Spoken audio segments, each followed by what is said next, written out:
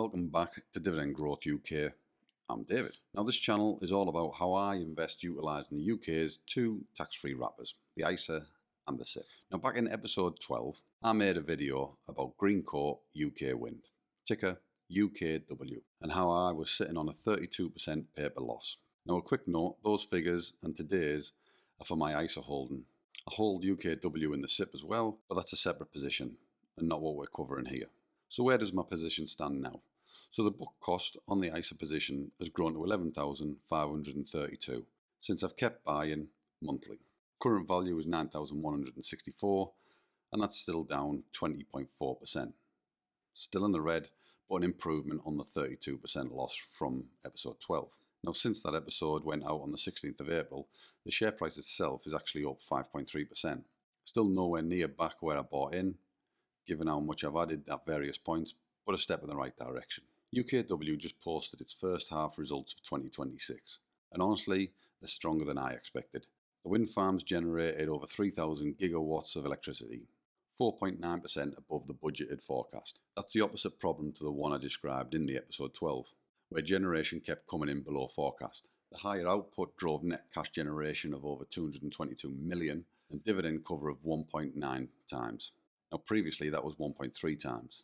That's a real meaningful improvement in the exact metric I said I'd be watching. They've also refinanced 200 million of debt that was due in 2026, pushing those maturities out between 2032 and 34 and brought total group debt down to 2.07 billion. That's exactly the kind of disciplined balance sheet management that supports a trust like this staying resilient through a difficult rate environment.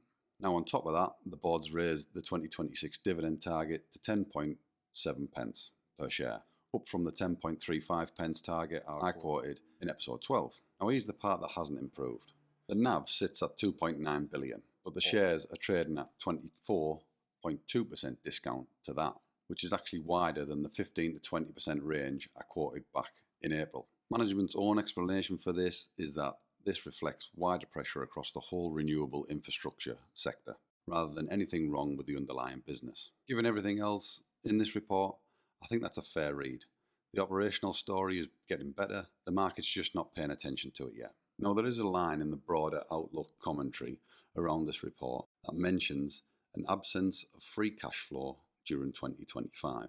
Given the 222 million of net cash generation reported here, that doesn't fully add up to me. And I think it's worth being upfront about that rather than pretending every line in every report reconciles neatly.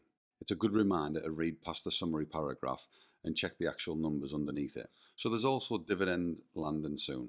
The next payment's due on the 28th of August, and based on my current holding, I'm expecting somewhere in the region of £219. All three of my original reasons for holding from E12 look, if anything, stronger today.